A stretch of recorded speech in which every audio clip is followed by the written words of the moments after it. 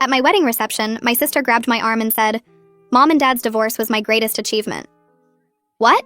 I asked as the band played our father-daughter dance song without our father there because he hadn't spoken to any of us in 3 years.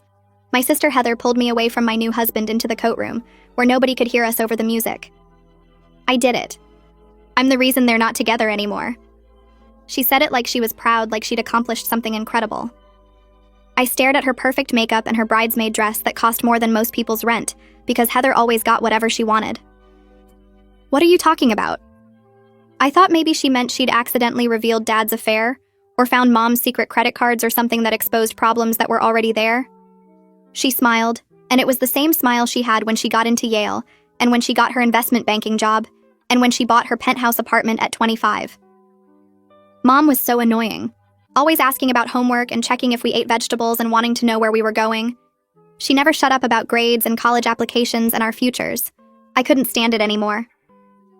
My brain wasn't processing what she was saying because it didn't make sense. So what? All moms do that stuff. But Heather shook her head like I was too simple to understand. Not like ours. She was obsessive. Remember how she'd wait up until we got home even if it was 3 in the morning? How she'd call our friends' parents to verify sleepover stories? She made me look like a child in front of everyone. I remembered those things, but I remembered them as Mom caring about us, not as some terrible offense. She loved us. She was protecting us. Heather laughed and it was cold. She was suffocating us, so I fixed it. The music outside got louder as someone opened the door, but Heather pushed it closed again. Fixed what? How do you fix parents being protective? That's when her smile got bigger. You make them hate each other more than they love their kids. My stomach turned because I was starting to understand what she was telling me. I started small, left Mom's earring in Dad's car, but not just any earring. One she'd lost months before, one she'd accused the cleaning lady of stealing. Heather examined her manicured nails while she talked. Dad brought it home all confused, asking how it got there. Mom immediately assumed he'd been going through her jewelry box. First fight. She counted on her fingers like she was listing accomplishments. Then I changed Dad's phone password and told Mom he was hiding something. When he couldn't explain why he'd changed it because he hadn't, she got more suspicious. Second fight. My legs felt weak and I sat down on someone's coat. I signed Dad up for dating sites using his work email. Made sure Mom would find the welcome emails. He denied it, but who believes that? Third fight. Then I really got creative. She pulled out her phone to check the time like she was bored.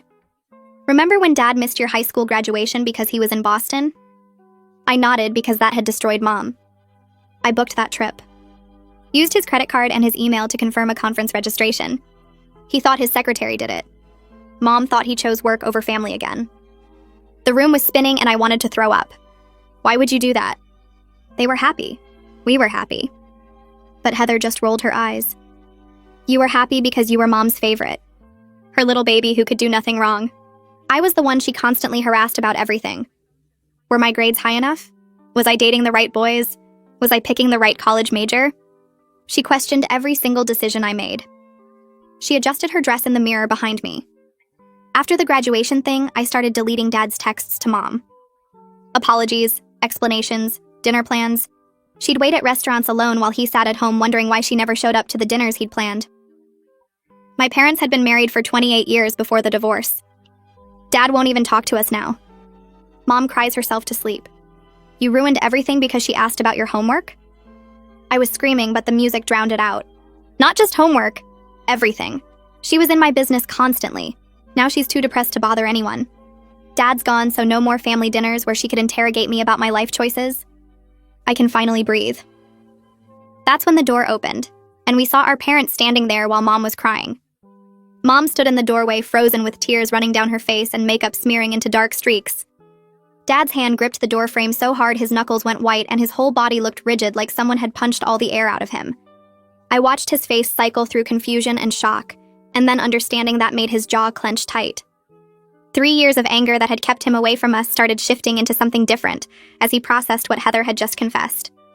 His eyes moved from Heather to Mom and back again, while his brain caught up to what his ears had heard. The earring in his car that he'd brought home confused. The phone password he never changed. The dating site emails he never sent. The Boston trip he never booked. All the deleted texts and missed dinners and manufactured evidence that destroyed his marriage. He'd spent 3 years believing his wife didn't trust him, and his family didn't want him when the whole thing was engineered by his oldest daughter. Heather's smile disappeared the second she saw them standing there. Her face went through this rapid transformation from proud to panicked to something defensive and hard. She opened her mouth, but nothing came out, which I'd never seen happen before because Heather always had words and explanations and ways to control every situation. Her perfectly manicured hands clenched into fists at her sides, and her breathing got faster. For someone who spent her whole life manipulating people and staying 3 steps ahead, this was the first time she'd completely lost control of something she created. The coat room felt smaller suddenly, with all of us trapped in here together, and the music still playing outside like nothing had changed. The wedding coordinator appeared behind my parents in the hallway, looking worried and professional. She asked if everything was okay because guests were starting to notice the family had disappeared and people were whispering. I could see past her to the reception hall where my wedding was supposed to be happening. Tables full of people eating appetizers and drinking champagne and dancing to the band Theo and I had spent months picking out. My brain split into 2 directions at once. Part of me wanted to go back out there and pretend this wasn't happening and enjoy my wedding day like I'd planned for a year. The other part knew I couldn't leave this room while my family was falling apart in front of me. My marriage to Theo had just started a few hours ago, and we had our whole lives ahead of us. But my parents' marriage that lasted 28 years was destroyed by lies and manipulation, and they deserved to know the truth, even if it meant my reception happened without me. I told the coordinator we needed a few minutes and she should tell guests we were taking photos or something. She nodded and left, but her face showed she knew something was seriously wrong.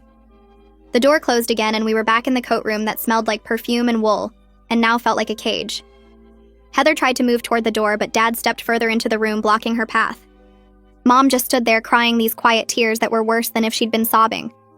The band started playing another song, and I recognized it as one from our reception playlist, which made everything feel surreal. 10 minutes passed, and the coat room turned into a war zone. Heather started defending herself, saying nobody understood what it was like living under Mom's constant questions and monitoring. Mom asked how Heather could do this to people who loved her. Dad's voice shook when he spoke, but he wasn't yelling, just asking Heather to explain why. I stood against the wall, feeling my wedding dress get wrinkled from someone's coat, and watched my family have the conversation they should have had 3 years ago. Accusations flew back and forth.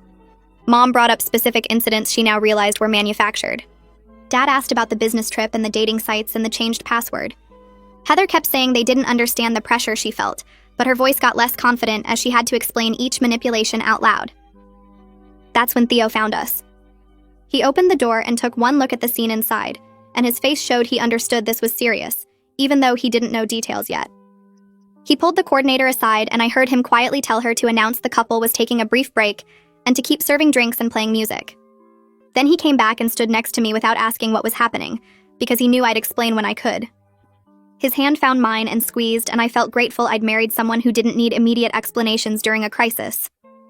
The coordinator's voice came over the speakers outside, saying the bride and groom would return shortly, and thanking everyone for their patience. Dad's voice cut through the room, asking Heather why she would do this to people who loved her. His hands shook and his voice cracked on certain words. Heather's response came out defensive and rushed. She talked about feeling suffocated and monitored and questioned about every decision. How Mom's protective parenting felt like control and surveillance. How she couldn't breathe under the constant scrutiny of her grades and boyfriends and college choices and career path. She said nobody understood what it was like being the older daughter who got all of Mom's anxiety dumped on her. That I was the favorite who could do nothing wrong while she faced interrogation about every aspect of her life. As she talked, I realized something that made my stomach hurt. Heather genuinely believed she was justified in what she did. She'd convinced herself that destroying a marriage was reasonable payback for having an overprotective mother. Mom made this horrible broken sound and collapsed into a chair someone had left in the corner. Her sobs weren't loud, but they were the kind that come from deep inside when something breaks that can't be fixed easily. The hotel manager appeared at the door, drawn by the noise, and asked if we needed anything. I told him we needed privacy and a bigger space, and he offered us his office away from the reception area. We moved as a group down a service hallway while wedding guests danced and ate and celebrated without us. I could still hear the band playing, and it made everything feel more wrong. My wedding reception was happening without me because my sister destroyed my family and chose my wedding day to confess. The hotel manager's office had a desk and several chairs and windows that looked out at the parking lot. Mom sat in one chair still crying. Dad stood by the window with his back to us. Heather perched on the edge of another chair looking trapped and defensive. Theo stood near the door like he was guarding it, and I realized he was making sure nobody left until this got resolved. The manager brought water bottles and tissues and said to take all the time we needed. Through the walls, I could hear muffled music and laughter from my reception. I told Theo he should go back and make excuses to our guests because they didn't deserve to have their night ruined by family drama they knew nothing about. Theo looked at me and said he wasn't leaving me to deal with this alone. His voice was firm and certain, and I felt something shift in my chest. We'd been married for less than 4 hours, but he was already showing me who he was as a partner. Someone who understood that family crisis doesn't wait for convenient timing. Someone who chose to stand beside me even when it meant missing his own wedding reception. I squeezed his hand and turned back to my family. Heather tried to leave, saying she'd said what she needed to say, and there was nothing more to discuss. Dad moved from the window and blocked the office door. For the first time in 3 years, they were in the same room looking at each other directly. Dad wasn't yelling, though, which surprised me. His voice stayed level when he asked Heather to explain each thing she did. Walk him through every manipulation step by step. Heather looked uncomfortable for the first time as she had to list her actions out loud to the people she'd hurt. The earring, the password, the dating sites, the Boston trip, the deleted messages. Each one sounded worse when she said it in front of Mom and Dad together. Mom stopped crying long enough to ask about my high school graduation. Her voice came out hoarse and broken. She wanted to know if Heather really booked that trip just to make her think Dad chose work over family. Heather hesitated and then admitted she had. She'd used Dad's credit card and email to register him for a conference he didn't know about. Made sure the dates conflicted with my graduation. Wanted Mom to feel abandoned and unimportant. The look on Mom's face when she heard this broke something inside me. That graduation incident had been the beginning of the end for their marriage. The moment Mom started believing Dad didn't care about family. And it was completely manufactured by Heather to create maximum damage. 2 hours into my wedding reception, I was still in the hotel manager's office watching my family process the fact that their divorce was engineered by their own daughter. My phone kept buzzing with texts from the wedding coordinator asking what to do about dinner service and cake cutting and the schedule we'd planned so carefully. Guests were probably wondering where we went.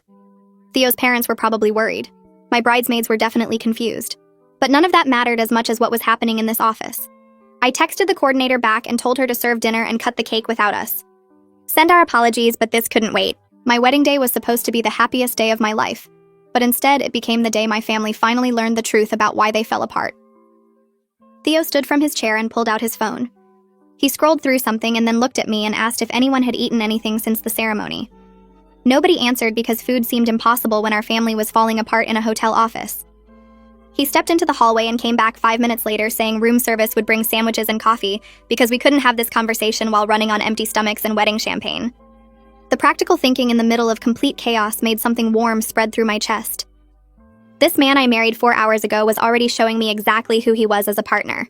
Someone who thought about basic needs when everyone else was drowning in emotions. Someone who understood that bodies need fuel even when hearts are breaking. He sat back down next to me and took my hand. His palm was warm and steady against mine. The gesture felt like an anchor keeping me from floating away into the mess of accusations and tears filling this room. Dad moved away from the door and sat in the chair furthest from Heather. Mom stayed near the window looking out at the parking lot where wedding guests were probably leaving and wondering where we went. The silence stretched between all of us until the room service cart arrived. Theo answered the door and wheeled it inside. He handed out sandwiches and coffee like we were having a normal family dinner instead of the most important conversation any of us had ever had. I couldn't eat, but I held the warm coffee cup because my hands needed something to do. Mom took a sandwich but just picked at the bread. Dad drank his coffee in long gulps like he was trying to wake up from a nightmare. Heather sat perfectly still with her hands folded in her lap, refusing to take anything Theo offered. Dad set down his coffee cup and looked directly at Mom for the first time. His voice came out quiet and careful when he asked if she ever really believed he would cheat on her. The question hung in the air between them, heavy with 3 years of separation and pain. Mom's hands shook as she lifted her own cup. She took a sip and then another, and I could see her trying to find the right words. She finally admitted she didn't want to believe it. She knew him for 30 years. She knew he loved their family. But the evidence kept showing up. The earring, the password change, the dating site emails, the mysterious trips, the deleted messages. Each thing by itself could be explained, but together they painted a picture she couldn't ignore. Her voice broke when she said she tried to give him chances to explain, but he always seemed confused by her accusations, and that confusion made her think he was lying. Watching them talk about being victims of the same manipulation was worse than watching them fight. They were 3 years too late to fix any of this easily. The divorce was final. They'd both moved on in different ways. Dad had built a life without any of us. Mom had learned to function alone even if she cried herself to sleep most nights. Dad rubbed his face with both hands. He looked older than I remembered. The lines around his eyes were deeper, and his hair had more gray. 3 years of believing his wife thought he was a cheater and liar had aged him. He turned to Heather and asked if she ever considered what this would do to me. To our younger cousins who looked up to our family as an example of what marriage could be. His voice stayed level, but I heard the anger underneath. Heather's perfect mask finally cracked. Her eyes got shiny and her mouth trembled. For the first time since this whole nightmare started, she looked like she might actually feel something real. She opened her mouth and closed it again. Opened it again and said something so quiet I almost missed it. She said she didn't think about collateral damage. She only thought about escaping what felt like constant surveillance and judgment. She only wanted Mom to stop asking questions and checking up on her and making her feel like a child who couldn't be trusted. The tears that fell down her cheeks looked genuine, but I didn't know if I could trust anything about Heather anymore. She'd spent years manipulating all of us. Maybe these tears were just another performance. The hotel office clock showed it was almost midnight when we finally stood up to leave. My legs felt stiff from sitting so long. Theo helped Mom with her coat because her hands were still shaking too much to manage the buttons. Dad held the door open for all of us, and we walked through the quiet hotel hallways toward the lobby. The ballroom where my reception happened was dark now. The tables were cleared. The decorations were being taken down by staff in black uniforms. We'd missed the entire thing. Dinner, cake cutting, first dance, bouquet toss. All the moments I'd planned for months had happened without me there. The wedding coordinator saw us and rushed over. She looked worried and exhausted. She said she saved us a tier of the cake and boxed up all the presents and cards. She'd made sure the photographer got pictures of everything even though we weren't there. She was so kind about the whole disaster that I almost started crying again. I thanked her and she hugged me and whispered that she hoped everything was okay with my family. I nodded because I couldn't explain that nothing was okay and might never be okay again. My wedding day would forever be connected to family destruction instead of celebration. Every time I looked at wedding photos, I'd remember Heather's confession in the coat room. Every anniversary would carry the weight of the night our family learned the truth about the divorce. Theo and I rode the elevator up to our wedding suite while my parents and Heather went to their separate rooms. The hallway was quiet except for our footsteps on the carpet. Theo unlocked the door and we walked into the room decorated with rose petals and champagne that the hotel had set up for us. It looked romantic and special and completely wrong for how I felt. I sat on the edge of the bed, still in my wedding dress. Theo sat next to me and asked if I wanted to change into something more comfortable. I shook my head because taking off the dress felt like admitting the day was really over. We sat there for maybe 20 minutes, not talking, just existing in the same space. Finally, Theo suggested we go out on the balcony because the room felt too small for everything we needed to process. We stepped outside into the cold November air. The city lights spread out below us. Traffic moved on distant streets. Somewhere out there, people were having normal nights with normal problems. Theo asked if I wanted to postpone our honeymoon to Hawaii. The question surprised me because I'd completely forgotten we were supposed to fly out tomorrow morning. How could I get on a plane and leave for a week when my family was in crisis? How could I sit on a beach drinking cocktails while Mom cried over photo albums and Dad processed years of manufactured betrayal? I told Theo I couldn't leave town right now. He nodded like he expected that answer. He pulled out his phone and started looking up the cancellation policy for our flights and hotel. I loved him even more for not arguing or trying to convince me that we deserved our honeymoon. He just accepted what I needed and started figuring out the logistics. We stayed on the balcony until almost 2 a.m. talking about what happens next. Neither of us could sleep. Too much adrenaline. Too many thoughts spinning. Theo asked what I thought my parents would do now that they knew the truth. I said I didn't know. They were divorced. Papers were signed. Property was divided. You can't just undo 3 years because you learned you were manipulated. But maybe they could at least be friends again. Maybe Dad could come back into our lives. Maybe Mom could stop being so depressed. Theo listened without trying to fix anything. He just let me talk through all the possibilities and fears. When I finally ran out of words, he suggested we try to get a few hours of sleep. We went back inside and I let him help me out of my wedding dress. I hung it in the closet where it looked beautiful and sad. I put on the fancy nightgown I'd bought special for tonight, but it felt wrong too. Everything about this night was supposed to be different. The next morning came too fast. Sunlight pushed through the curtains and my phone started buzzing on the nightstand. I grabbed it and saw Mom's name on the screen. Her voice sounded hollow and tired when I answered. She said she didn't sleep at all. She'd been sitting in her house looking at old photo albums trying to figure out which memories were real and which ones were tainted by Heather's manipulation.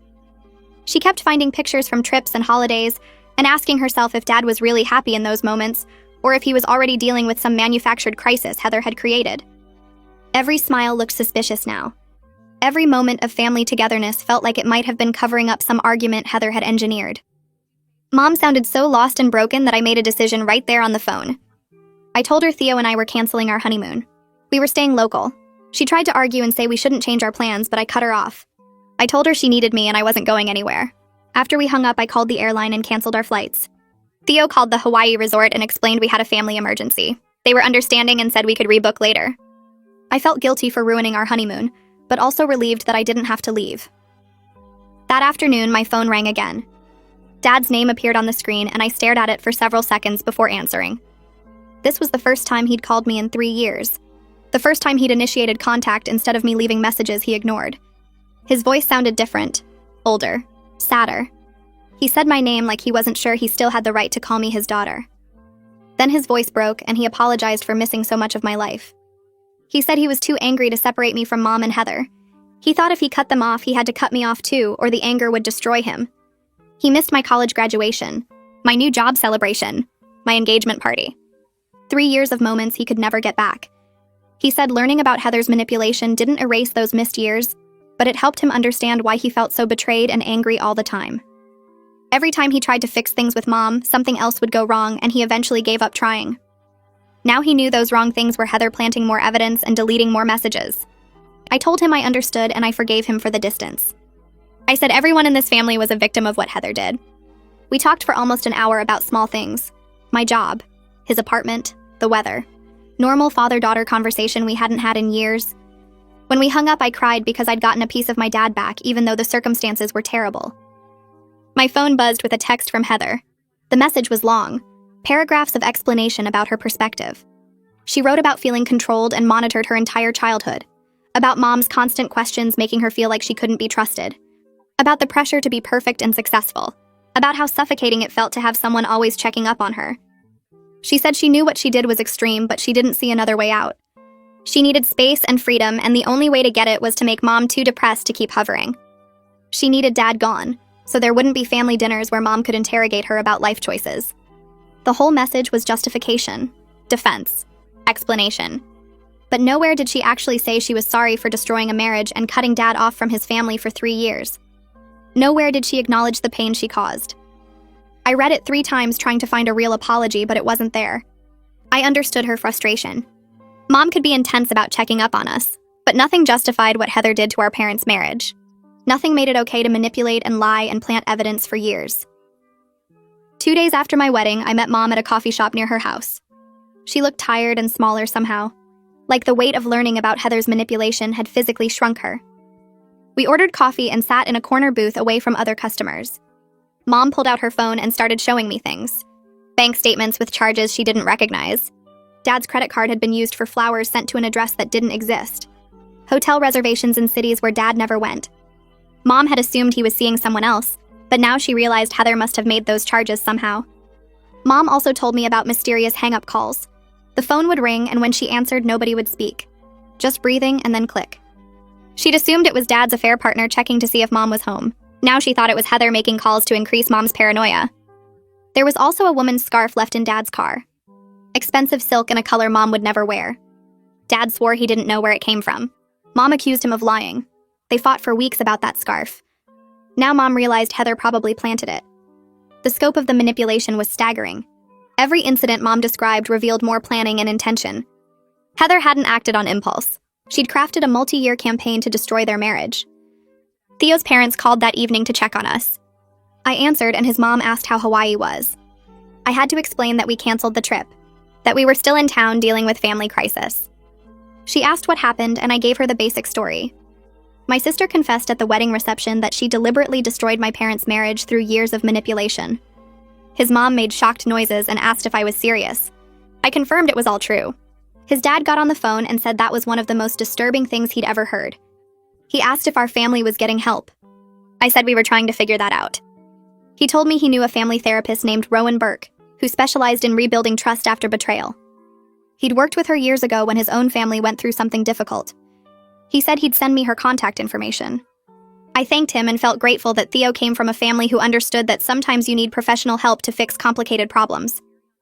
3 days passed like moving through mud. I kept replaying the coat room scene in my head while trying to act normal around Theo. He knew something was wrong, but he didn't push. On Thursday afternoon, I texted Heather asking if I could come over. She responded an hour later saying she had time at 6. I took the subway to her building in the financial district, and the doorman called up to announce me like I was some stranger instead of her sister. Her penthouse took up the entire top floor with floor-to-ceiling windows showing the city lights. She opened the door wearing yoga pants and an expensive sweater. Her hair was pulled back and she looked tired. I walked past her into the living room with its white furniture and abstract art that probably cost more than my car. She offered me wine and I said no because I needed to stay clear-headed for this conversation. We sat on opposite ends of her couch and she waited for me to speak first. I asked if she'd talked to Mom or Dad since the wedding and she said no. I asked if she planned to and she shrugged like it didn't matter. Then I asked her directly if she understood what she'd done to our family. She got defensive immediately. Her voice went up and she started talking fast about how I didn't understand what it was like being the older daughter. How Mom put all her anxiety and pressure on Heather first. How every decision got questioned and analyzed. How she felt like she couldn't breathe without Mom asking where she was going and when she'd be back and who she'd be with. I listened without interrupting because I wanted to hear her full explanation. She talked about feeling suffocated and controlled. About how Mom's constant checking felt like she didn't trust Heather to make good choices. About how the questions never stopped even after Heather moved out and got her own place. She said I wouldn't understand because I was the baby who could do nothing wrong. I let her finish, and then I asked her one question. Did she ever consider just talking to Mom about feeling suffocated instead of destroying a 28-year marriage? She stopped mid-sentence and stared at me. Her mouth opened, but nothing came out. I waited. Finally, she admitted that never occurred to her.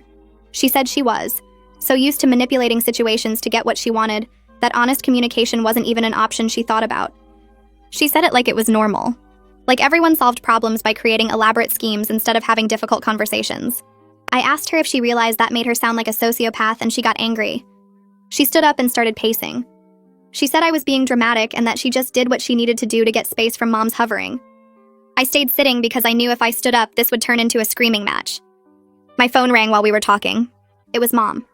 I answered and heard her crying before she even said hello. She asked if I could come over right away. I said yes and hung up. Heather asked what was wrong and I told her Mom needed me. She rolled her eyes and said of course Mom needed something. I left without saying goodbye. Mom's house looked the same as always, but somehow sadder.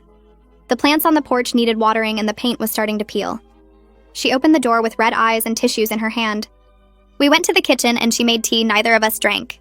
She pulled out her laptop and showed me her email account. She'd been going through old folders looking for something else and found a folder she didn't recognize. It was hidden in her archived mail and labeled with a random string of numbers. Inside were dozens of emails from Dad. Apologies for things he never did. Explanations for misunderstandings that never got resolved. Dinner plans she never saw. Anniversary messages. Birthday wishes. Every single one was from the years leading up to the divorce. Mom was shaking as she scrolled through them. She said she never received any of these emails. She would have remembered. She would have responded. But they were all marked as read even though she never read them. Heather must have accessed her email account somehow and moved them to this hidden folder, so Mom would never see them. Every attempt Dad made to fix things got intercepted and destroyed. Mom kept saying she could have saved the marriage if she'd just seen these emails. If she'd known he was trying. If she'd understood he wasn't actually avoiding her or choosing work over family. I didn't know what to say. The scope of Heather's manipulation kept getting bigger. Mom asked if I knew about this, and I said no. She asked if I thought Heather did other things too, and I said probably. We sat there in her kitchen, surrounded by evidence of a marriage that could have been saved. The next morning I was making coffee when I remembered something. 3 years ago, Dad sent me a birthday card. Mom told me it never arrived, but she'd forward it when it showed up. It never did. Same thing happened at Christmas. Mom said the post office must have lost the packages. But now I wondered if they ever made it to Mom's house at all. I called her and asked if she still had the mail from that time period. She said she kept everything in boxes in the garage because she couldn't bring herself to throw away anything from that year. I drove over and we spent 2 hours going through old mail. No cards, no packages, nothing from Dad. But Mom found something else. A stack of return-to-sender envelopes addressed to her from Dad's apartment. She never sent him anything, so why would mail be returned? We opened them and found cards and letters she supposedly sent him. Angry letters. Mean letters. Letters telling him to stop contacting us and leave us alone. Mom started crying again because she never wrote any of these. Her handwriting was similar, but not exact. Heather must have written them and mailed them from Mom's address. Every time Dad tried to reach out, he got a hostile response he thought was from Mom. No wonder he eventually stopped trying. No wonder he thought we hated him. Heather had built a wall between our parents made of fake emails and forged letters and intercepted mail. She'd made sure every attempt at reconciliation failed. 1 week after the wedding, I finally worked up the courage to call Dad. He answered on the 4th ring, and his voice sounded uncertain when he said hello. I told him it was me and asked if we could meet for lunch. Just the two of us. No Mom, no Heather. He was quiet for so long I thought he'd hung up. Then he said okay. We met at a diner halfway between his apartment and my place. I got there first and watched him walk in. He looked older than I remembered. His hair was more gray. His shoulders were more stooped. He'd lost weight.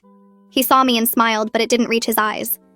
We ordered food neither of us wanted and sat across from each other, not knowing how to start. Finally, he asked how married life was treating me. I said it was good but complicated. He nodded like he understood. Then I told him about the emails Mom found, about the letters that came back, about the birthday cards and Christmas presents that never made it through. His face went through about 10 different expressions while I talked. Confusion, disbelief, understanding, anger, grief. He put his head in his hands and just sat there. When he looked up, his eyes were wet. He told me about the loneliness of being cut off from his family while not understanding what he did wrong. How he'd replay conversations in his head trying to figure out where everything went bad. How he'd call and get sent to voicemail. How he'd email and get hostile responses. How he'd send cards and never hear back. He said he felt like he was going crazy because he couldn't figure out what he'd done that was so terrible his whole family would cut him off. Now he knew it wasn't him. It was Heather. Making sure every bridge got burned. Every connection got severed. Every attempt at communication failed. Dad told me he eventually stopped trying because every attempt seemed to make things worse. He thought maybe we were better off without him. Maybe he was toxic somehow and didn't realize it. Maybe the best thing he could do for his family was stay away. Learning that Heather sabotaged everything made him angry all over again, but this time the anger had a clear target. He asked me how long this went on and I said years. He asked me why and I explained about Heather feeling suffocated by Mom's hovering. He stared at me like I was speaking another language. He said feeling annoyed by a parent's questions didn't justify destroying a marriage and cutting a father off from his children. I agreed. He asked if Heather showed any remorse and I said no, not really. He pushed his untouched food away and said he didn't know if he could forgive her. I said I understood. He asked about Mom, and I told him she was devastated. He asked if she wanted to talk to him, and I said I thought so, but I wasn't sure. We sat there for another hour just talking about random things. My job. His job. The apartment he'd been living in. The life he'd built without us. It felt good to talk to him again, even though the circumstances were awful. Before we left, I suggested family therapy. Dad's reaction was immediate. He said no. He said he wasn't ready to be in the same room with Heather without losing his temper. He said he needed time to process everything before he could face her. I understood, but I also knew we couldn't heal if everyone stayed separated and angry. I told him that, and he said maybe some things can't be healed. Maybe some damage is permanent. I didn't want to believe that, but I couldn't argue with him. He'd lost 3 years with his daughters because of Heather's manipulation. That time was gone. We couldn't get it back. We hugged in the parking lot, and he held on longer than necessary. He told me he was glad I reached out and that he wanted to stay in touch. I said I wanted that too. Driving home, I felt this weird mix of happy and sad. Happy because I had my dad back in some way. Sad because of everything we'd lost. Mom started seeing a therapist the following week. She told me about it over coffee at the same place we'd met before. Her therapist was helping her process the manipulation and her depression. But the therapist also said something that made Mom uncomfortable. She suggested that Mom's protective parenting might have been excessive, even if it didn't justify Heather's response. Mom got defensive when she told me this. She said she was just being a good mother. She said she was keeping us safe. She said parents are supposed to know where their kids are and who they're with. I agreed, but I also said there's a difference between caring and controlling. Mom didn't like that. She said I was taking Heather's side. I explained I wasn't taking anyone's side, but that maybe both things could be true. Maybe Mom was overprotective and maybe Heather's response was still completely wrong. Mom went quiet. Then she asked if I thought she drove Heather to do this. I said no. I said Heather made her own choices, and those choices were manipulative and cruel. But I also said that understanding why someone feels a certain way doesn't mean excusing what they did. Mom nodded, but I could tell she was going to be thinking about this for a long time. That night, Theo and I had our first real fight. We were making dinner, and he said maybe we should distance ourselves from my family drama for a while. I stopped chopping vegetables and stared at him. I asked what he meant. He said he was worried about me. that I was spending all my time and energy trying to fix my family, and it was taking a toll. That we were supposed to be newlyweds enjoying our first months of marriage, but instead I was constantly stressed and upset. I told him I couldn't just abandon my parents when they were struggling. He said he wasn't asking me to abandon them, just to set some boundaries. I said this wasn't something I could put boundaries around. My sister destroyed my parents' marriage. My dad was isolated for 3 years. My mom was manipulated and lied to. This wasn't drama. This was serious. He said he knew it was serious, and that's exactly why he was worried. I asked if he regretted marrying me, and he looked shocked. He said of course not. He said he loved me, and he was just worried about me taking on everyone's pain. We both apologized. He said he should have been more supportive. I said I should have been paying more attention to us instead of just my family. We agreed to try to find better balance, but I knew that was going to be hard. 2 weeks after the wedding, I went back to work. My coworkers immediately asked about the honeymoon. I'd been dreading this. I made up a story about changing plans because of a family emergency. I kept it vague. They asked follow-up questions, and I deflected. My boss noticed I was distracted during our team meeting. She pulled me aside afterward and asked if everything was okay at home. I said it was fine, just some family stuff. She looked at me like she knew I was lying, but she didn't push. She just said if I needed time off or needed to talk, her door was open. I thanked her and went back to my desk. Sitting there trying to focus on spreadsheets and emails felt impossible. My mind kept drifting to Dad sitting alone in his apartment, to Mom going through old emails looking for evidence of the marriage she lost, to Heather in her expensive penthouse probably not even thinking about the damage she'd caused. I didn't know how to be normal anymore. I didn't know how to care about quarterly reports and project deadlines when my family was falling apart. But I also couldn't quit my job or fall apart at work. So I did what I had to do. I focused on my computer screen and pretended everything was fine. I got home from work that evening and found Theo sitting on the couch looking uncomfortable. He said Heather had shown up an hour ago and knocked for 10 minutes straight before he finally answered. She wanted to come in and wait for me, but he told her I wasn't ready for that yet. She'd gotten angry and said he was keeping her from her own sister. He'd stood in the doorway blocking her and said I needed space. She'd called him controlling and said he was turning me against my family. Then she'd left, but not before saying this wasn't over. I sat down next to him and thanked him for handling it. He asked if I was okay, and I said I didn't know. Part of me wanted to see Heather and demand better answers. Part of me never wanted to see her again. He squeezed my hand and said whatever I decided, he'd support me. The next morning, my phone rang while I was making coffee. The caller ID showed a number I didn't recognize. I almost didn't answer, but something made me pick up. A man's voice said my name and asked if I had a minute to talk. I said yes, even though I had no idea who this was. He introduced himself as Uncle Caleb, Dad's younger brother. I hadn't heard from him in years because he lived across the country and our family had fallen apart. He said Dad had finally told him everything about what Heather did. His voice was shaking when he said he couldn't believe his niece had destroyed a marriage on purpose. He'd known something was wrong when Dad stopped coming to family events and wouldn't explain why. Now it all made sense. He asked how I was holding up, and I started crying because nobody had asked me that in weeks. Everyone was so focused on Mom and Dad and what Heather did that nobody noticed I was drowning too. He listened while I talked about the wedding and the confession and trying to hold everyone together. Then he offered to help facilitate conversations between family members. He said he'd maintained relationships with everyone over the years and wasn't directly involved in the conflict. Maybe he could be a neutral person who helped us communicate. I agreed immediately because I needed help and didn't know where else to get it. 2 days later, Mom called me sobbing. She'd been cleaning out the attic looking for old tax documents when she found a box of Heather's things from college. Inside were journals that Heather had kept during her sophomore and junior years. Mom had started reading them, hoping to understand her daughter better. What she found made her sick. Entry after entry about feeling controlled and monitored. About Mom's constant questions and check-ins being suffocating. About wanting freedom and independence and not knowing how to get it. Then the entries shifted. Heather started writing about making Mom and Dad fight more. About small things she could do to create distance between them. She'd written out plans for planting evidence and manufacturing conflicts. She'd documented her progress like it was a school project. Mom read me some of the entries over the phone. One said Mom was too wrapped up in everyone's business and needed something else to focus on, like a failing marriage. Another said Dad was too trusting and would never suspect his own daughter of sabotage. The detail and planning were scary. This wasn't impulsive anger. This was calculated destruction over years. Mom said she couldn't stop reading even though every page made her feel worse. She kept hoping to find an entry where Heather regretted what she'd done or realized she'd gone too far. But those entries never came. The journals just stopped when Heather graduated and moved out. Mom's voice broke when she said she didn't recognize the person who wrote those words. That wasn't the daughter she'd raised. I tried to comfort her, but what could I say? Her daughter had planned the destruction of her marriage in writing and never felt bad about it. Mom said she needed to adjust her medication because she couldn't sleep or eat. Her therapist had warned her about depression spirals, and this was definitely one. 3 weeks after my wedding, I finally agreed to meet Heather again. Uncle Caleb had called both of us and suggested a mediated conversation.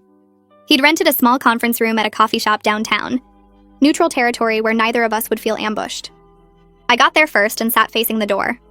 Uncle Caleb arrived next. He was tall with gray hair and Dad's same eyes. He hugged me and said he was sorry this was happening. Then Heather walked in carrying a leather folder. She looked tired and her makeup wasn't as perfect as usual. She sat across from me without making eye contact. Uncle Caleb started by setting ground rules. No yelling, no interrupting. Everyone gets to speak without being attacked. Then he asked Heather if she wanted to explain her perspective. She opened her folder and pulled out printed articles. She slid them across the table toward me and Uncle Caleb.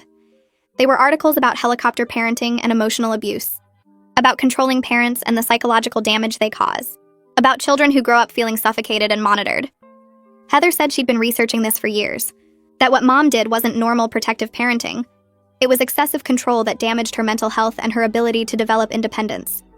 She pointed to specific paragraphs that described behaviors Mom had done, the constant check-ins, the calls to verify stories, the questions about every decision. She said she'd tried to talk to Mom about it when she was younger, but Mom never listened. Mom just said she was being dramatic or ungrateful. So Heather had found another way to get the freedom she needed. Uncle Caleb listened carefully, then asked if Heather understood the difference between feeling controlled and actually being abused. Heather got defensive and said the articles proved it was real. He said the articles described concerning behavior, but that didn't justify destroying a marriage. Heather's face went red and she said nobody understood what it was like being her. I took a breath and told Heather that even if Mom was overprotective, the appropriate response was therapy or honest conversation. Not systematically destroying a marriage and cutting Dad off from his family for 3 years. Heather snapped back that I didn't get it because I was always Mom's favorite. The baby who could do nothing wrong while she got all the pressure and expectations. I said that wasn't true, but Heather talked over me. She listed every time Mom had been harder on her than on me. Every time Mom had questioned her choices but praised mine. Every time Mom had worried about her grades or her friends or her decisions while giving me freedom. I listened to her list and realized some of it was probably true. Mom had been more anxious with Heather. But I also knew that's what happens with first kids. Parents are more nervous and make more mistakes. That didn't excuse what Heather had done. I told her that and she stood up like she was going to leave. Uncle Caleb asked her to sit back down. He said we needed to work through this, not run away from it. Heather sat, but she looked angry. Uncle Caleb looked at Heather and said something that made the room go quiet. He pointed out that Heather's current success and independence proved she'd survived Mom's parenting just fine. She'd gotten into Yale, she had a great job, she owned a penthouse, she had the freedom and control over her life that she'd always wanted. Maybe the real issue wasn't Mom's parenting. Maybe the real issue was that Heather couldn't admit she was wrong. That she'd taken her frustration too far and destroyed people who loved her. Heather's face went from red to white. She grabbed her folder and stood up so fast her chair fell over. She said Uncle Caleb didn't know anything about her life, that he hadn't been there for the years of constant monitoring and control, that nobody in this family understood what she'd been through. Then she walked out. Uncle Caleb and I sat there in silence. He said he was sorry that didn't go better. I said at least we tried. But I knew Heather wasn't ready to admit what she'd done was wrong. Maybe she never would be. A week later, Uncle Caleb called to say Dad had agreed to meet with Mom. First time in 3 years they'd be in the same room. Uncle Caleb suggested doing it at my apartment with him and me there as support. I agreed, even though the idea made me nervous. I cleaned my apartment 3 times. Theo helped me rearrange furniture so there'd be enough seating. We put out coffee and snacks even though I doubted anyone would eat. Mom arrived first. She looked small and scared. She sat on one end of the couch and folded her hands in her lap. Dad came 15 minutes later. He stood in the doorway looking at Mom like he wasn't sure she was real. Uncle Caleb guided him to the chair across from her. They sat on opposite sides of my living room looking at each other like strangers. I could see 3 years of silence in the space between them. All the words they hadn't said. All the explanations that never happened. All the manufactured fights and fake evidence that had convinced them to hate each other. Uncle Caleb started by reminding them why we were here. To talk about what Heather had done and figure out how to move forward. Dad spoke first. His voice was rough, like he hadn't used it much. He said he'd been so angry for so long that he'd forgotten what it felt like to not be angry. When he found out Heather had manipulated everything, the anger had shifted, but it hadn't gone away. Now he was angry at her instead of at Mom. But he was also angry at himself for believing the lies so easily, for giving up on his marriage without fighting harder. Mom started crying quietly. She said she was sorry for believing the evidence Heather had planted. Sorry for doubting Dad when he denied everything. Sorry for letting her suspicions destroy what they'd built together. Dad's eyes filled with tears, and he said he was sorry too. Sorry for shutting everyone out for 3 years. Sorry for missing so much of my life and Mom's life. Sorry for not trying harder to figure out what was really going on. They were both crying now, and I could see they still cared about each other. But I could also see that too much had happened. 3 years of silence and pain and separate lives. They couldn't just go back to being married like nothing had changed. The damage was too deep. Uncle Caleb asked if they wanted to try being friends, if they could rebuild some kind of relationship even if it wasn't romantic. Dad said he'd like that. Mom nodded and said she would too. They talked for 2 more hours about small things. Memories from when we were kids. Updates on their separate lives. Careful conversations that avoided the biggest wounds. When they left, they hugged goodbye. It was awkward and brief, but it was something. Uncle Caleb stayed after they'd gone and told me I'd done a good thing bringing them together. I wasn't sure. They were talking again, but they were still broken. 1 month after my wedding, Theo and I finally took a long weekend trip to the mountains. We'd postponed our honeymoon, but we needed to get away from everything. We drove 3 hours to a cabin rental surrounded by pine trees. No cell service, no family drama, just us and the quiet. We hiked during the day and sat by the fire at night. On the second evening, Theo asked how I was really doing with everything. I'd been avoiding that question even from myself. I told him I was angry at Heather. Angry that she'd destroyed our family because she felt controlled. But I was also heartbroken for everyone involved. For Mom, who'd been manipulated into believing her husband was cheating. For Dad, who'd lost 3 years with his family. For Heather, who was so convinced she was right that she couldn't see the damage she'd caused. Theo listened and held my hand. He said it was okay to feel multiple things at once. That I didn't have to pick a side or have all the answers. We sat there watching the fire, and I felt some of the tension leave my body. The distance from everything helped me see it more clearly. My family was broken, but we were trying to heal. That was something. When we got back home and turned our phones on, I had 7 missed calls from Mom. I called her back, immediately worried something had happened. She said Heather's boss had called her in for a conversation about ethical behavior. Apparently, word about what Heather had done had spread through family and friends. Someone who knew someone at Heather's company had mentioned it. The boss wanted to know if the rumors were true that Heather had deliberately destroyed her parents' marriage through manipulation and lies. Heather had tried to deny it, but the boss said the story was too specific and too consistent across multiple sources. The company valued integrity and ethical behavior. They couldn't have someone on staff who'd engaged in that level of calculated deception, even if it was personal, not professional. Heather hadn't been fired, but she'd been told her behavior was watched. She'd lost a major client whose wife had heard about the situation and refused to work with her. Her professional reputation was taking hits she hadn't expected. Mom said Heather had called her crying about it, asking Mom to help fix her reputation. Mom had said no, that Heather needed to face the consequences of her choices. I hung up feeling complicated. Part of me was glad Heather was facing real consequences. Part of me felt bad that her whole life was affected. But mostly I felt tired. Tired of the drama and the pain and the constant crisis. I just wanted my family to be okay again. 2 days later, Mom called to tell me she and Dad were meeting for coffee. Just the 2 of them. No lawyers or mediators or family members watching. She sounded nervous, but also something else. Hopeful, maybe. I asked if she was sure that was a good idea, and she said probably not. But they needed to talk without everyone else adding their opinions. Dad had texted her asking to meet, and she'd said yes before she could talk herself out of it. They picked a coffee shop halfway between their places. Neutral ground. I wanted to be there, but Mom said this was something they needed to do alone. So I stayed home and checked my phone every 10 minutes like that would make her call faster. Theo caught me staring at my phone for the 5th time in 20 minutes and took it away from me. He said they'd call when they were ready and worrying wouldn't help. He was right, but that didn't stop my brain from running through every possible disaster scenario. 3 hours passed before Mom finally called. Her voice sounded different, lighter. She said the coffee meeting went better than expected. They talked about what Heather had done and how neither of them had known they were being played against each other. Dad admitted he'd believed all the manufactured evidence because he was working too much and felt guilty about it. Mom admitted she'd believed it because she was anxious about everything and always expected the worst. They weren't blaming themselves anymore, though. They were just trying to understand how it happened. Mom said Dad looked older and tired, but also relieved to finally know the truth. They'd talked about specific incidents. The earring in the car, the dating site emails, the missed graduation. Each time they compared notes, they found more pieces that didn't make sense until you knew Heather was behind it all. Dad had kept every confused text message Mom never responded to. Mom had screenshots of hostile emails she thought Dad sent. When they looked at the evidence together, it was obvious someone had been interfering. The timeline was too perfect. Too many coincidences that pushed them apart at exactly the wrong moments. Uncle Caleb's suggestion about weekly meetings came up, and they both agreed to try it. Not to get back together. That ship had sailed, and they both knew it. But to rebuild some kind of friendship. To stop being strangers who used to love each other. Mom said it felt weird talking to Dad like a person again instead of the enemy who destroyed their family. Because he wasn't the enemy. Heather was. And they'd both been her victims. The next morning, I called Anastasia, Heather's college roommate from freshman and sophomore year. We'd met a few times at family events but hadn't talked in years. I found her number through social media and texted first asking if she had time to talk.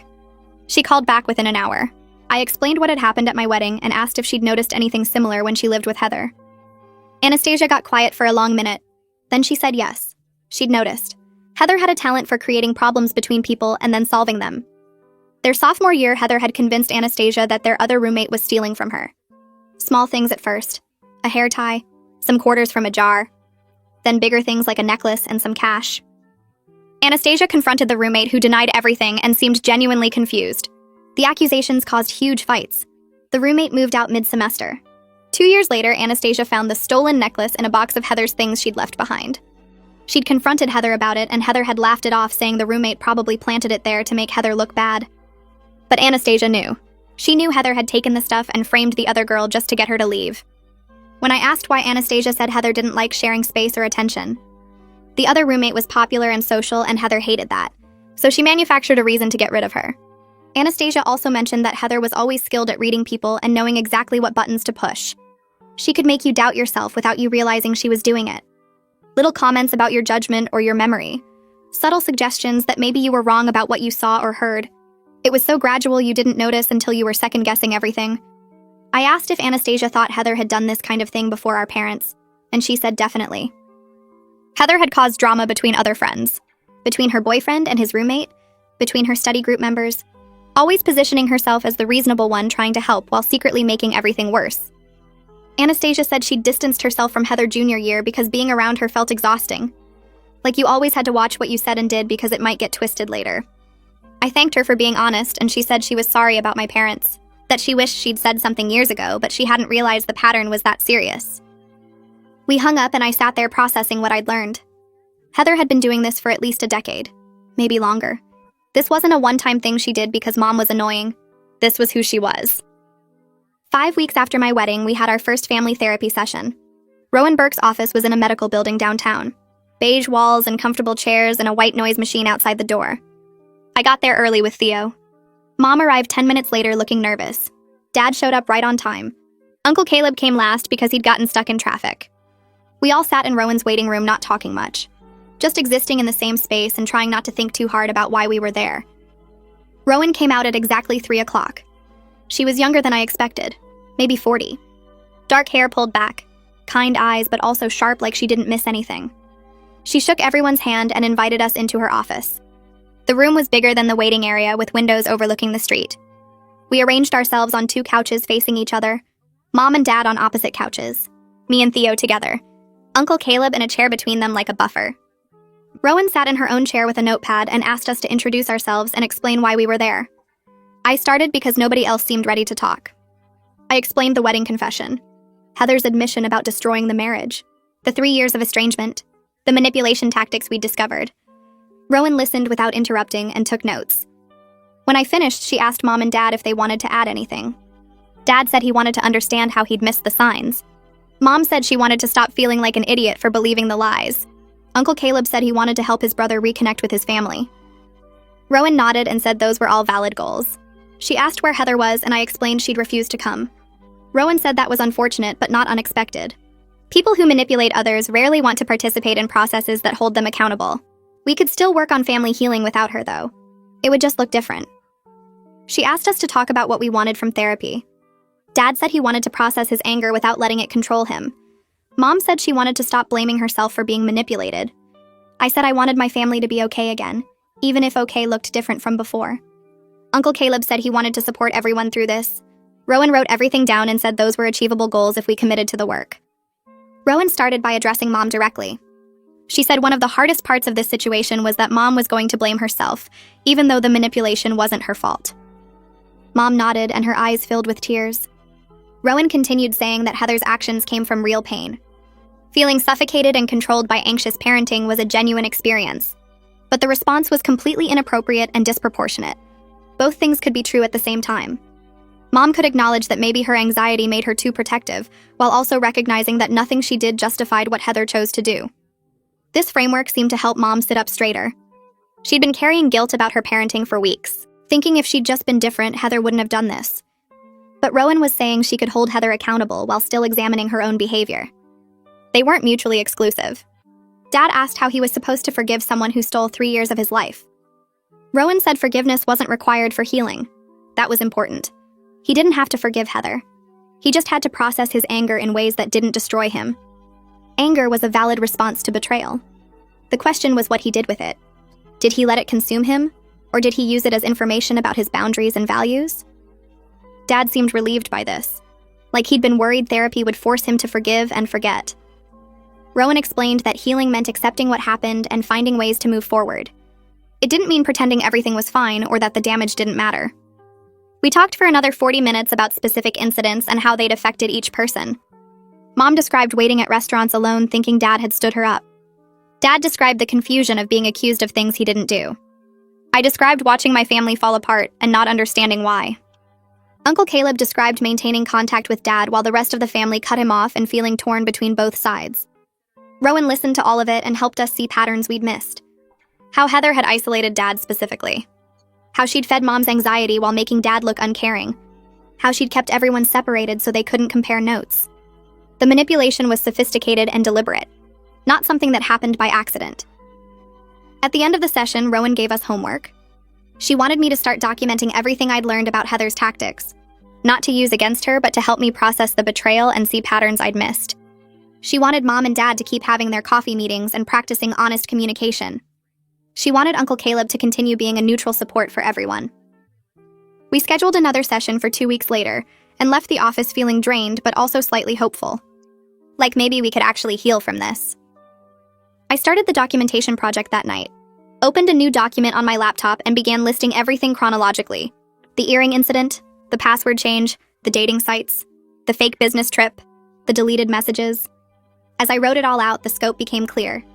Heather had been working on this for years, probably since high school based on what Anastasia had said. Each incident built on the previous one, creating a pattern of distrust that eventually destroyed the marriage. I added notes about timing, how Heather had escalated during stressful periods when Mom and Dad were already struggling, how she'd targeted Dad's work commitments and Mom's anxiety, how she'd used my high school graduation as a weapon knowing how much it would hurt Mom. The timeline was shocking, so thorough and planned. This wasn't impulsive anger. This was calculated destruction spread over years. I saved the document and sent a copy to Rowan like she'd asked. Then I closed my laptop and sat there feeling sick. My sister had done this. My sister who I'd looked up to. Who I'd thought was perfect and successful and had everything figured out. She'd spent years destroying our family because she didn't like being asked about homework. 3 days later, Mom called me crying. She'd been going through old emails trying to find things Dad had mentioned sending. She'd found a folder she didn't recognize, hidden in her account settings. Inside were hundreds of emails, messages from Dad that she'd never seen, apologies, explanations, dinner invitations, birthday wishes, all marked as read, but moved to this hidden folder automatically. Mom realized Heather must have set up a filter rule in her email account. Anything from Dad's address got automatically hidden. Mom never saw any of it. She'd thought Dad was ignoring her, refusing to communicate or work on their marriage.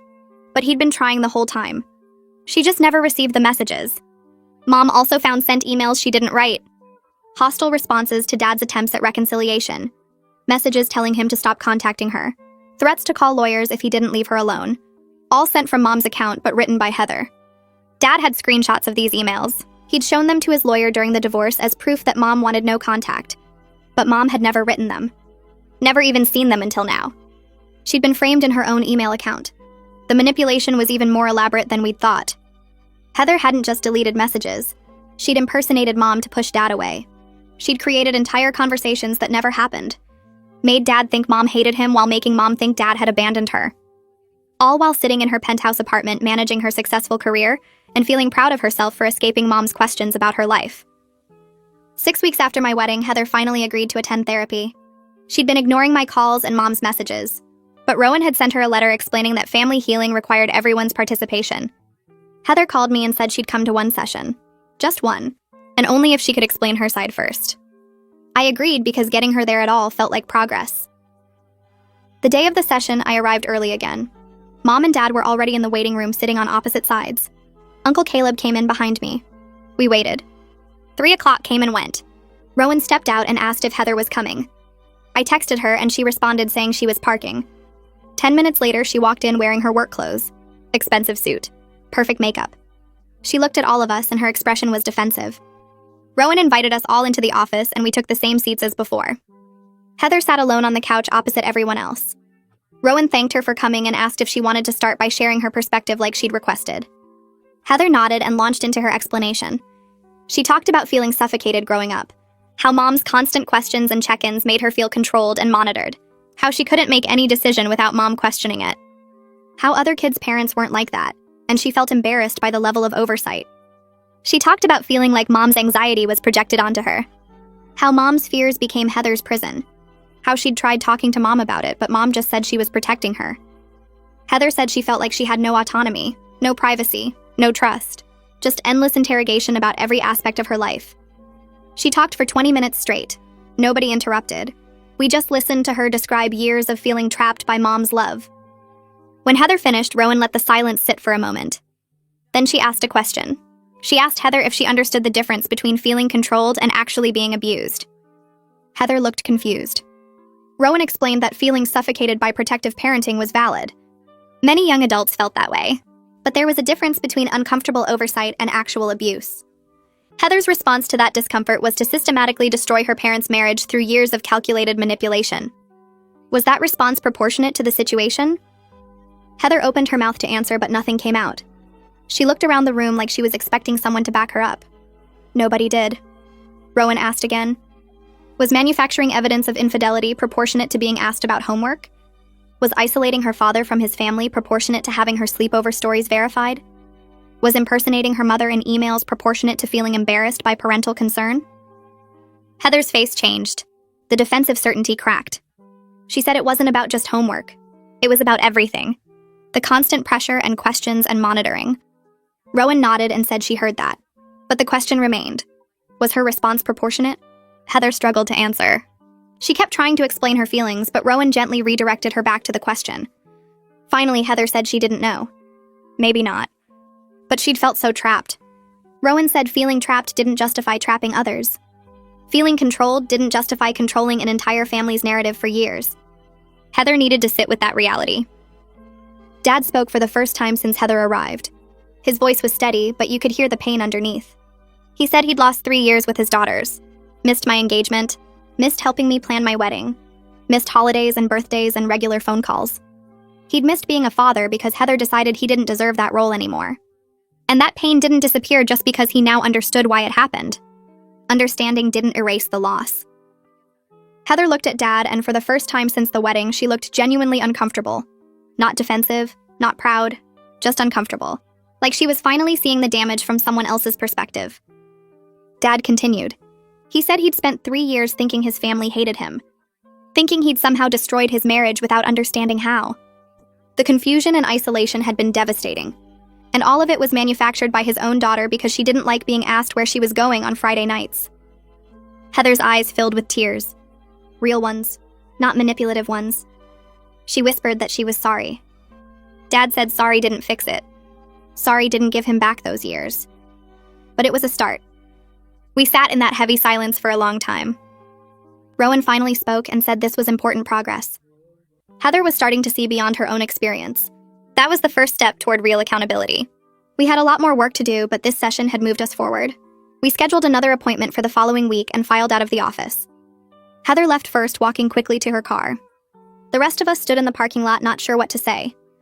Finally, Mom said she needed to go home and process everything. Dad nodded and said he did too. We all went our separate ways, but something had shifted.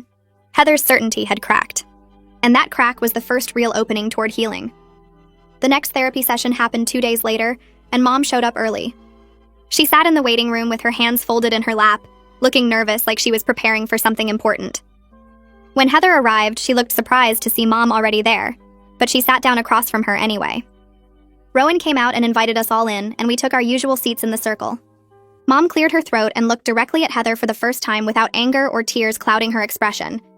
She asked if Heather ever stopped to think about why she asked so many questions and checked in so often. Heather started to give her standard response about feeling controlled, but Mom held up her hand and kept talking. She explained that when Heather was born, the doctor said she might have complications, and Mom spent the first year terrified something would go wrong. That fear never really left even when Heather grew healthy and strong. Every question about homework or friends or where she was going came from a place of wanting to protect her daughter, not control her. Mom's voice shook when she said she knew her anxiety probably felt suffocating, but it came from love, not manipulation. Heather sat very still listening, and her face changed from defensive to something softer. She admitted quietly that she never thought about what motivated Mom's behavior. She just felt the pressure and the constant monitoring and assumed it was about control. Rowan asked Heather to sit with that realization for a moment and really consider the difference between a parent acting from fear and love versus one acting from a desire to dominate. Heather nodded slowly and said she understood what Mom was saying, even if it didn't change how trapped she felt back then. Mom reached across the space between their chairs and touched Heather's hand briefly before pulling back. It wasn't forgiveness and it wasn't reconciliation, but it was a crack in the wall between them. Rowan said this was significant progress because Heather was starting to see beyond her own experience and consider other perspectives. We scheduled another session for the following week and left feeling like maybe healing was actually possible, even if it would take a long time. 8 weeks had passed since my wedding when I met Theo for coffee before work and told him the therapy sessions were actually helping. He looked relieved because he'd been worried about how much energy I was putting into fixing my family. We talked about maybe planning a short trip somewhere, just the two of us, to celebrate our marriage without all the drama. That afternoon, Rowan called to update me on her individual sessions with each family member. She said Heather was starting to acknowledge specific harm she caused, even though she wasn't ready for a full apology yet. Mom was working through her depression and learning to set better boundaries with both daughters. Dad was processing his anger in healthier ways and considering what role he wanted in the family going forward. The progress felt slow, but real. I asked Rowan if she thought we'd ever get back to something resembling normal, and she said families don't really go back, they just move forward into something different. That made sense, even though part of me wanted to believe we could somehow undo the damage and return to how things were before.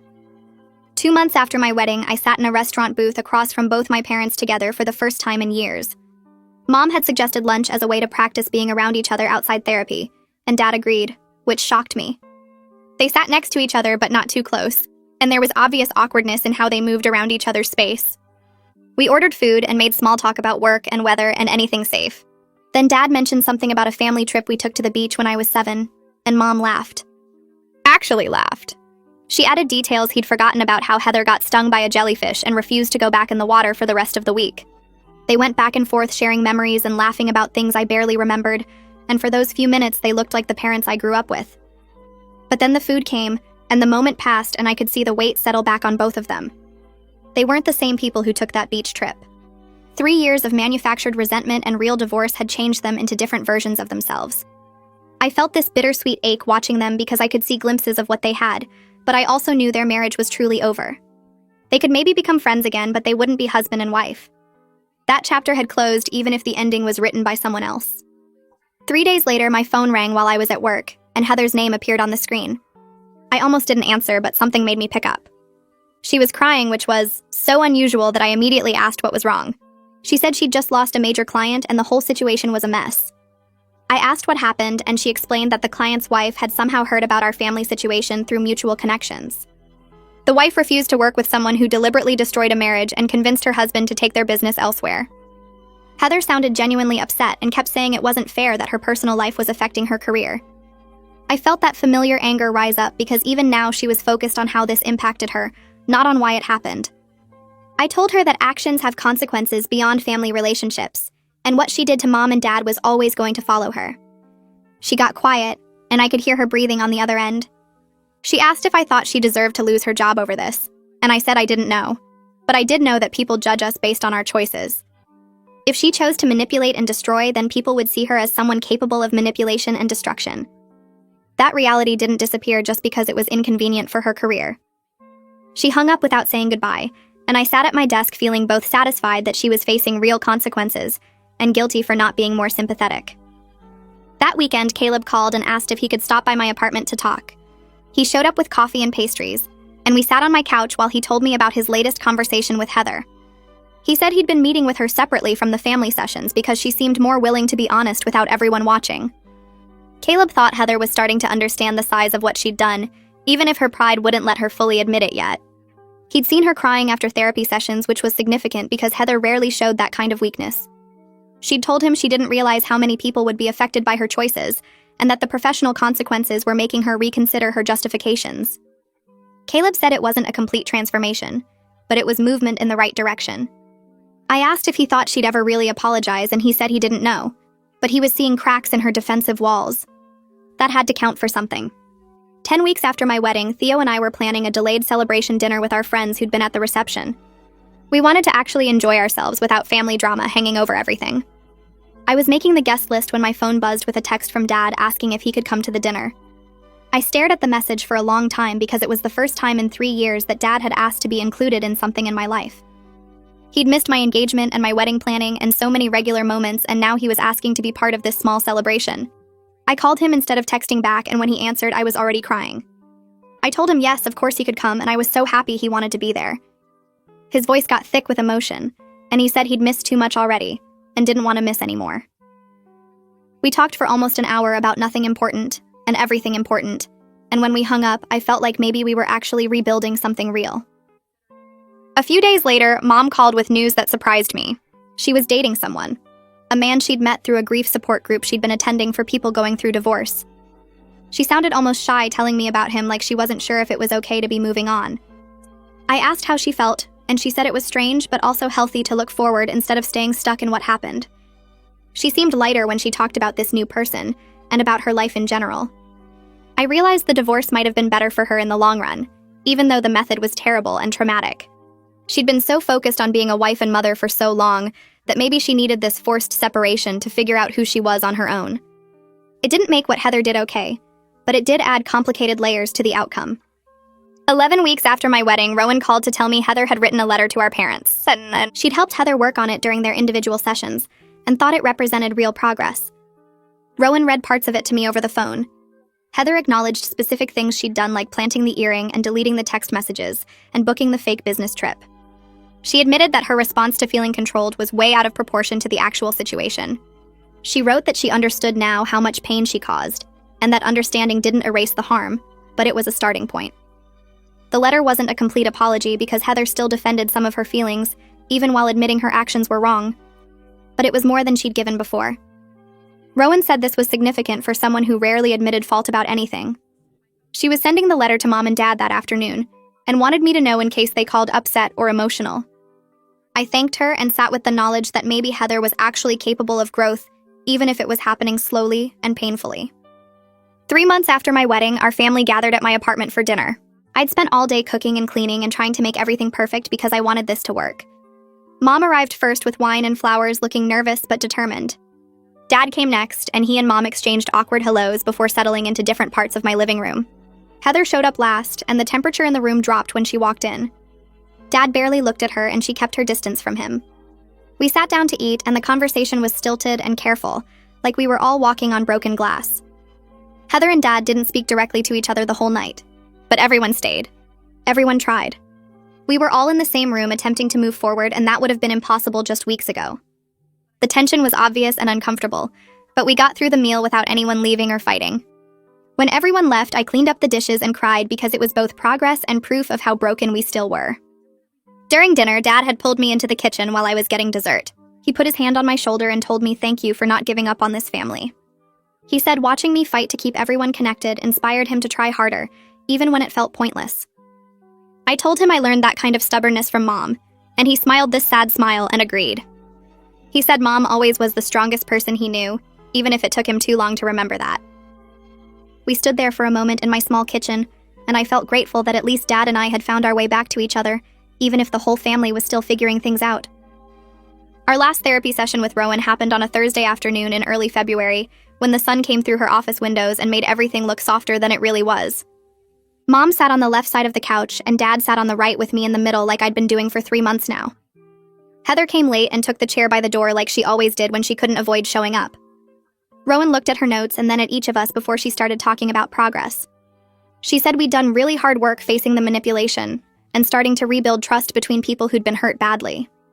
She talked about how Mom and Dad were communicating again and how I'd kept everyone connected even when it would have been easier to walk away. Then she looked at Heather and said she was glad Heather had started acknowledging the harm she caused, even though it was difficult. But Rowan's face got more serious when she told us that healing from this kind of betrayal takes years, not months. She said we'd made remarkable progress in 12 weeks, but we were just getting started on the real work. She recommended that Mom and Dad keep seeing their individual therapists, and that Heather stay in therapy to work on why she chose manipulation instead of honest communication. Rowan suggested we do family check-ins every few months instead of weekly sessions, so we could practice what we'd learned without depending on her to keep us talking. Everyone agreed to keep working on rebuilding trust because none of us wanted to waste the progress we'd made.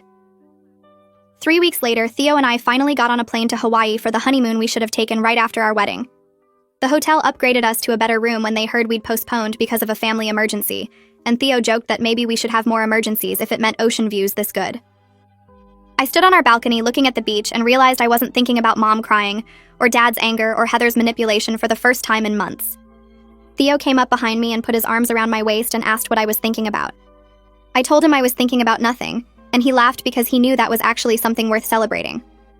We spent 5 days swimming and eating too much food, and sleeping late and not checking my phone every 10 minutes to see if someone in my family needed something.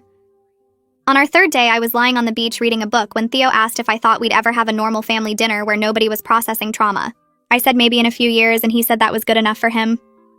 Being away from all the family drama helped me see how much work everyone had done. Mom was going to therapy and setting boundaries. Dad was talking to me regularly and trying with Heather even though it was hard. Heather was at least admitting she'd caused harm even if she wasn't fully apologizing yet.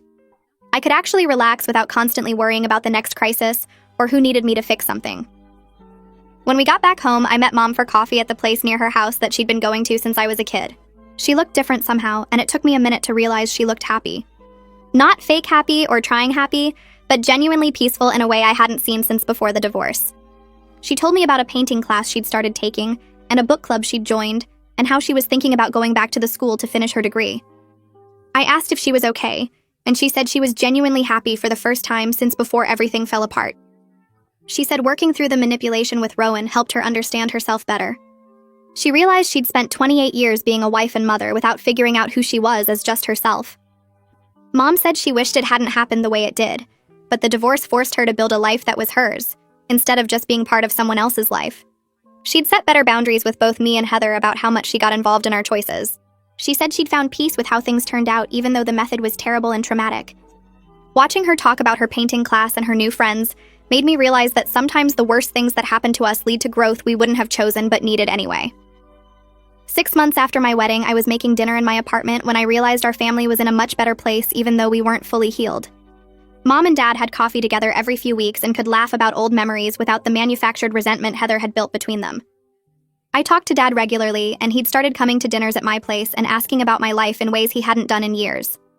Heather was still in therapy working on her control issues and why she chose manipulation over honest conversation when she felt suffocated. My marriage to Theo was stronger because we'd weathered a massive family crisis together in our first few months and figured out how to support each other through really hard things. Life wasn't perfect, and some wounds would always be there. Dad and Heather barely spoke, and probably wouldn't have a close relationship for years if ever. Mom still had moments where she got sad about the divorce and the time she lost. I still got angry sometimes when I thought about how Heather destroyed our family because she didn't like being asked about homework. But we were all moving forward instead of staying stuck in the pain and anger. We were building something new from the broken pieces, and that was enough for now.